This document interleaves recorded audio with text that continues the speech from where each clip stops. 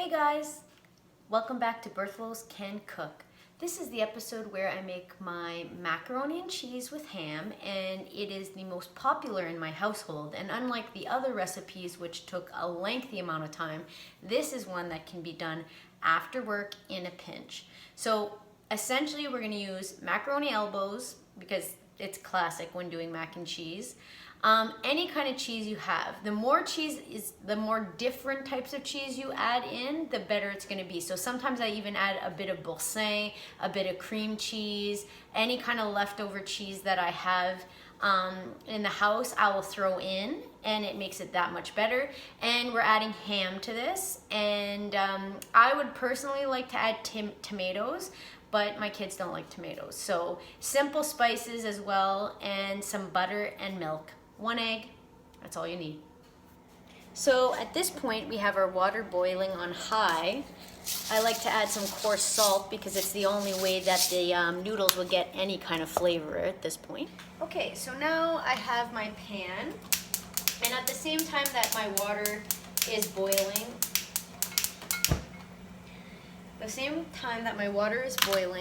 and I'm gonna get my noodles going, I'm going to start working on my roux. So I'm taking a, couple tablespoons of butter, slapping her in there, and I'm going to be adding finely chopped onions. Sometimes I like to add more onions if I know I'm making a bigger amount, but right now it's not a huge one because I don't have a tremendous amount of cheeses on hand. But I'm going to be using cheddar, mozzarella, and some Balderson cheese. Balderson is really good because it's an old cheddar, so it really adds that flavor. And if I did, like I said, I would really like to add cream cheese or Balderson, like a soft cheese, even goat cheese, but I don't have it. It's still going to be great, obviously. Okay, so now we're going to add in our onions, okay? And we want to cook them until they're clear, which doesn't take that long.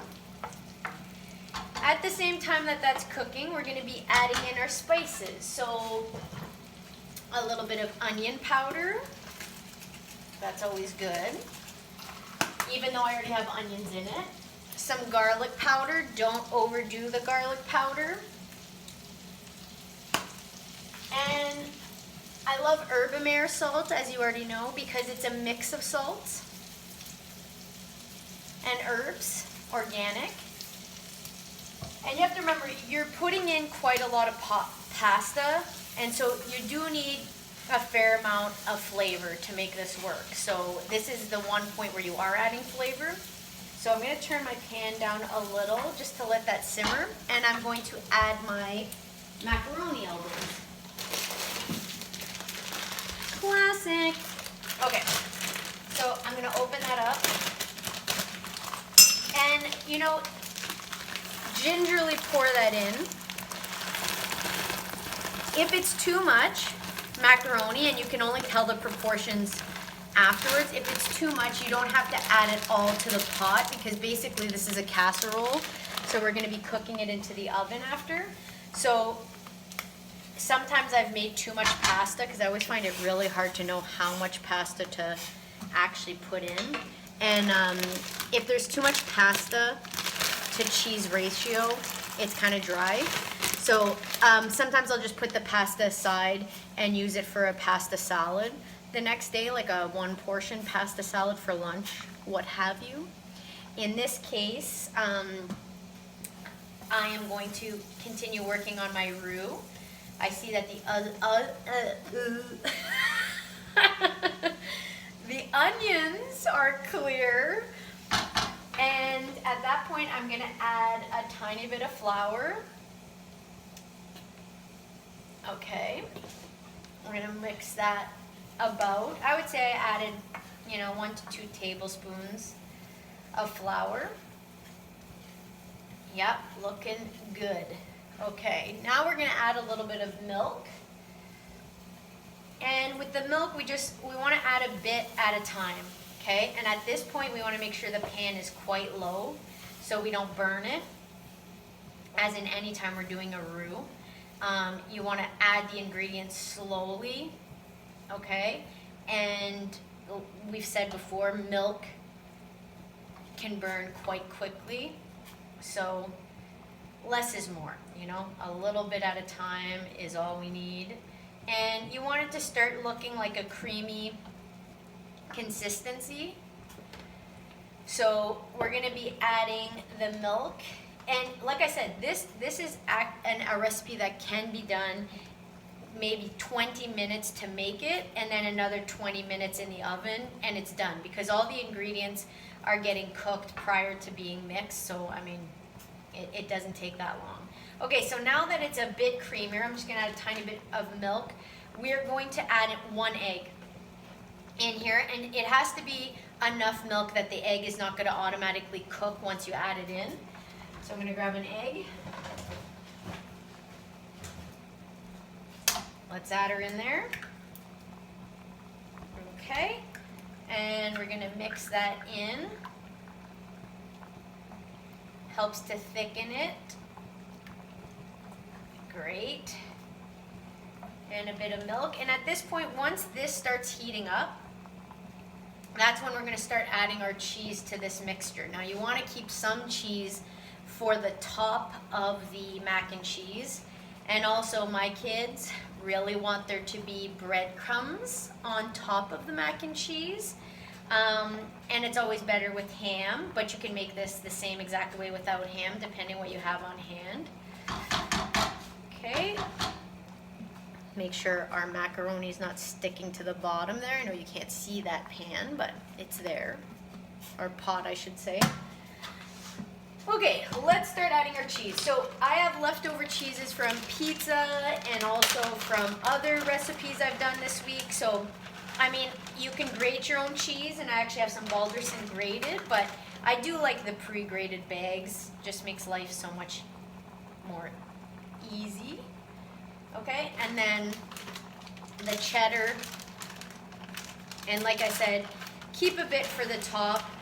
And add whatever cheese you have in your fridge. It just makes it that much better. Especially soft cheeses are really good, and that's why no two mac and cheese will taste the same in our house, depending what we have. Okay, I'll come back to you when we're a little bit further along, but I'm just gonna be basically adding and melting cheese in there. I just wanna show you what it looks like. Delicious. And we're back. I have a mouthful of ham. Okay, so I'm gonna be cutting up this ham into pieces. It's a really nice addition to a mac and cheese. My kids actually like quite a lot of ham in it, and it's really good. The other thing is, our noodles are done. You want them done kind of al dente because they're gonna be going back into the oven, so they need to be somewhat firm. Try not to burn my hands, people. Okay, so we're gonna take these, strain them. I guess it would be nice if you guys could see what I was doing.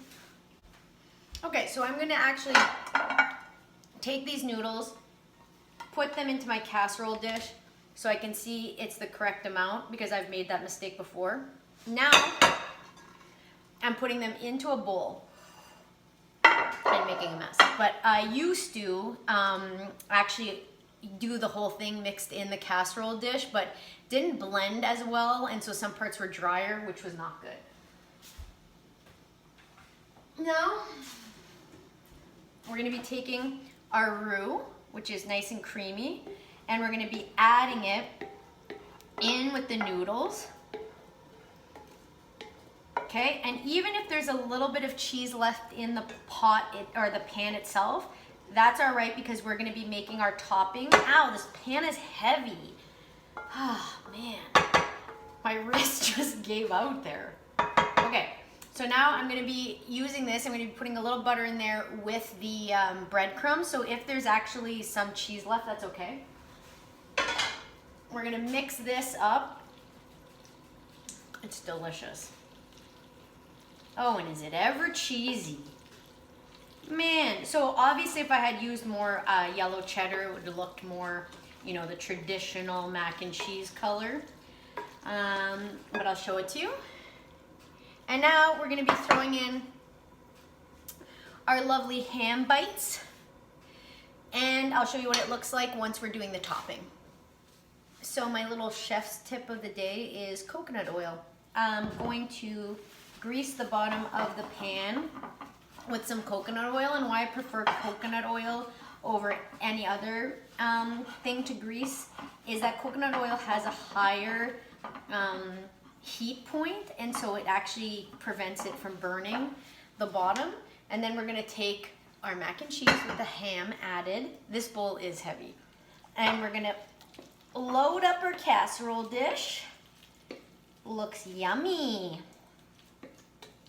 It actually does. I eat so much ham when I'm cooking with ham because this ham has been the same ham I've used for soups and, you know, about everything else since I cooked it. And important to note, the ham was already cooked.